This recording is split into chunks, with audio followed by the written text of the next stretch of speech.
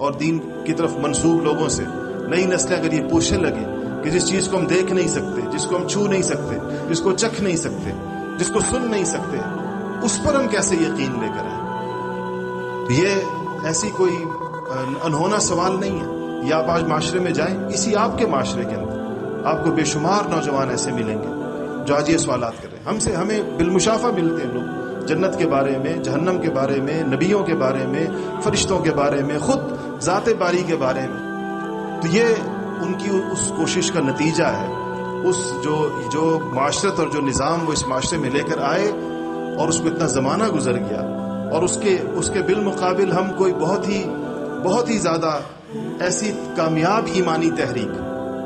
بے شک بہت ساری ہمارے کوششیں ہوئیں، اور انہی کوششوں کا نتیجہ ہے کہ یہ دین محفوظ ہے۔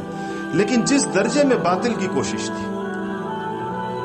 اور جس درجے میں اس کو نتائج حاصل